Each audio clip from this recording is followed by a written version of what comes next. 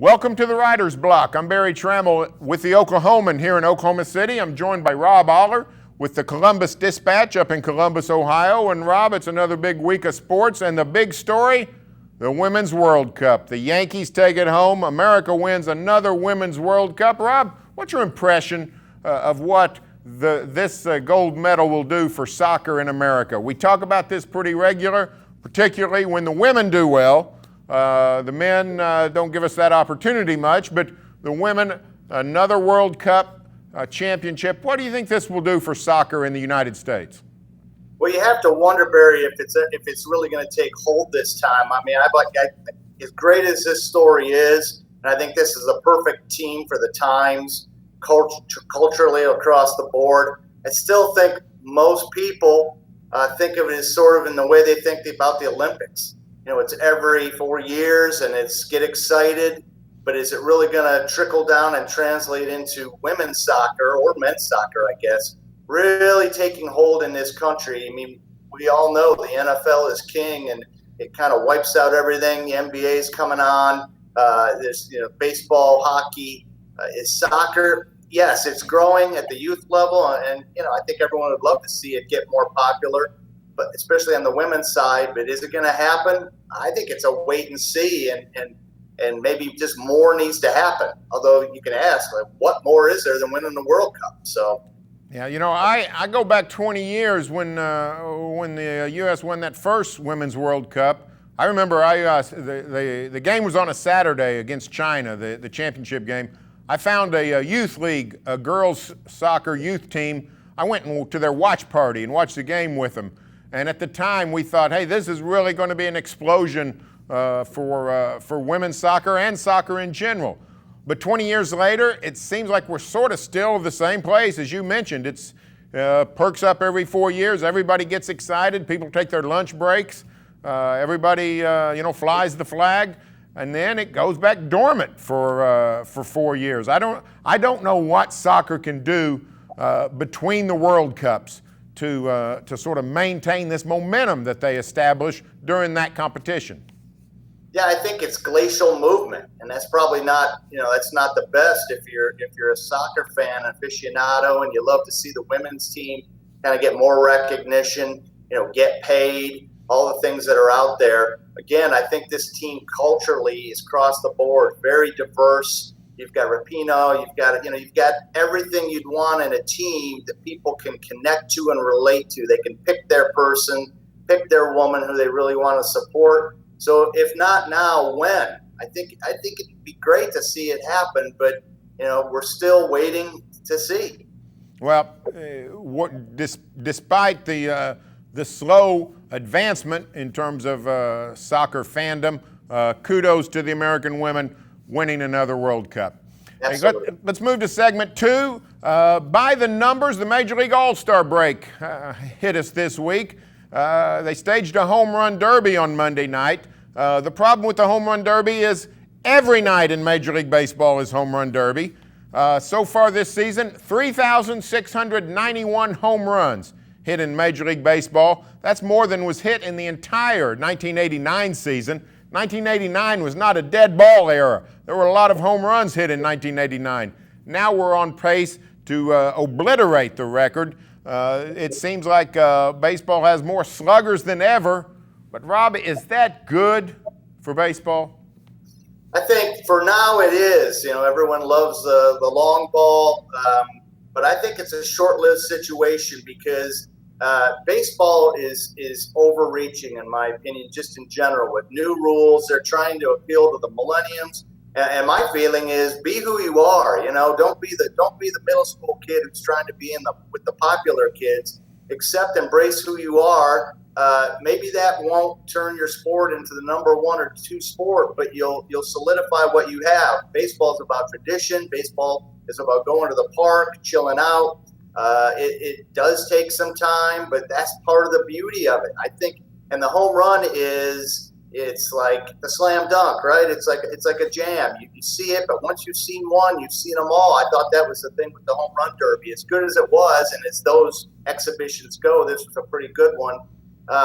After a while, you just tune out. I think the strategy of baseball the hit and run, the little things that most like younger millennials don't even know anything about. That is what draws people to the game. So, be who you are, accept who you are. Don't do these funky rules, thinking about putting a man on runner on second base and all this stuff. Now, some stuff's good, speed the game up a little bit, but I don't think the home run is the answer. I think after a while, again, it's like if you had ice cream every day, finally, it'd be vanilla ice cream. It'd be like, I've had it. I've been there. Let's see something different. And I'm not sure how far if they can go backward on this one, because it's become a philosophy barrier of guys swinging for the fences. And they don't care if they strike out. I was at the All-Star game talking to players. It's not a negative anymore. Back in the day, the Dave Kingmans and these guys who were made fun of because they struck out so much, now they just don't care. Well, the thing that concerns me is what you mentioned, the residuals of the home run. Strikeouts, walks, all those are higher than ever. That means fewer batted balls in the field of play. The most exciting part of baseball is when a ball is hitting the hole. Can the shortstop make the play? When a ball goes in the gap, will it be a double? Will it be a triple? Can somebody throw out somebody going from first to third? You see so few of those plays anymore because everything's a ball, a strike, or a home run. And to me, the beauty of baseball, the fielding is less important than ever. It's just a bunch of pitchers throwing at hitters, and it has become like the home run derby itself. Just guys standing around, and then they either walk back to the dugout, or they jog to first base with a walk, or they jog around the bases. And they're losing sort of the excitement of baseball. The stolen base, less important than ever before. You raised a good point. I don't know how you go back because it has become so cultural. Joe DiMaggio having 360-something home runs in his career, 360-something strikeouts in his career. That kind of honor is gone. I don't know how to fix it. Is there anything we can do as bastions of this game to try to bring it back a little bit to what it used to be? Well, I think they need to market it as retro. They're trying to keep up with the NBA and, the hip hop culture and try to make the players, the Mike Trouts who are kind of resistant to being marketed.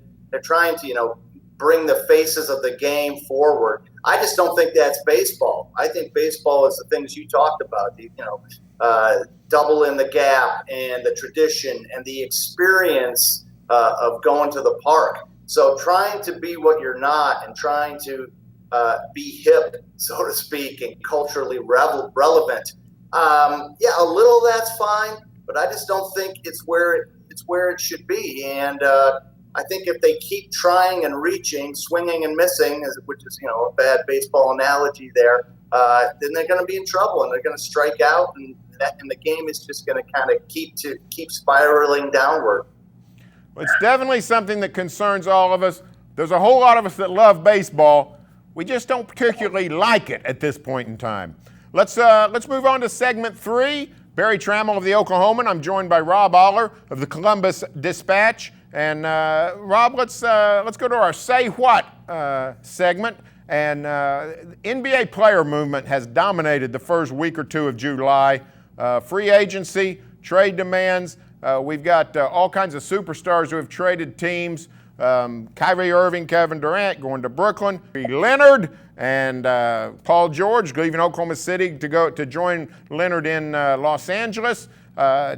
Is this Anthony Davis already in LA as a Laker this summer? Is this a good thing for the NBA, this constant player movement, not just in free agency, but guys under contract wanting to be traded to join other superstars? Well, I would have said 20 years ago, no way. But I think, not to bang the millennial movement too much, I think that's how things go now.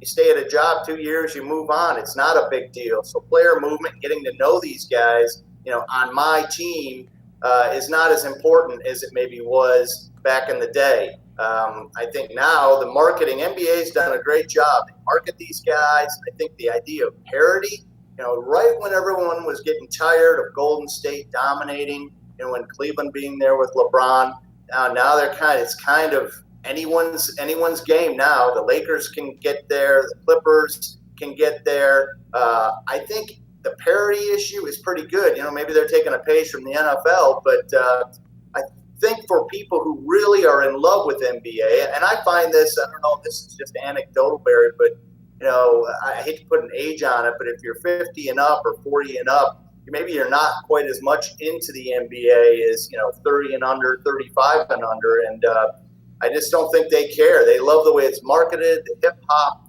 the celebrity is king, and the NBA does a good job with that. So I think the transition here is it's not about teams as much as individuals. Let's say you follow LeBron. You don't care if he's a Cleveland Cavalier or a Los Angeles Laker or Miami Heat. You love LeBron. That's kind of unique to the NBA, and they've got to figure it out. Well, you raise a good point about the parity. This constant player movement doesn't strike us as being great, but you can't argue with the results. More teams than ever appear to be in contention for the title this coming season. And if you look at the recent champions, 3 of the last 5 champions have won the franchise's first NBA title in at least 40 years. The Cavs in 16 never had won it. Toronto this season never had won it. Golden State, a dynasty, but Golden State winning in 15, they hadn't won in 40 years. So the results are showing that this is creating some parity and evening out the competitive balance. That's always been a problem in the NBA, which has been historically a top-heavy sport. And if that changes, then I think we have to salute the player movement. Is there a concern, though, Rob, that Davis, George, and Leonard all go to L.A., Kyrie, Durant both go to New York? We've always heard, hey, the New York and L.A. markets have an advantage. Now these guys are drifting not just to the Knicks and the Lakers, they're drifting to the secondary, the Nets and the Clippers, who have been punchlines all these years. Is that a concern that those metropolises are getting the great players right now?